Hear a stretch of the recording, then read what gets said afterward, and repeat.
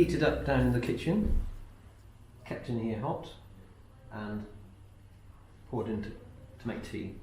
So you've got your tea, butter, the shape of cows.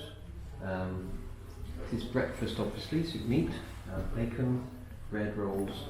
So this is laid for breakfast. Now, as the house is restored to have exactly what it had in the time of Henry VII, there's no bathrooms, no toilets, but every room has one. And it's hot cupboard. Goes on there. Well, in this case, goes in the cupboard. Goes in the cupboard, yes.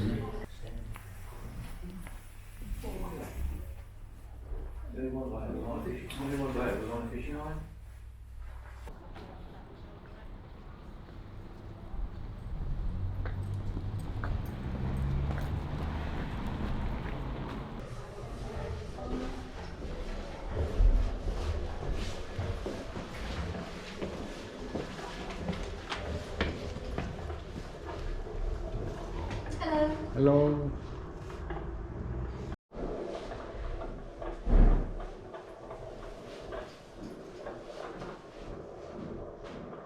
It's here.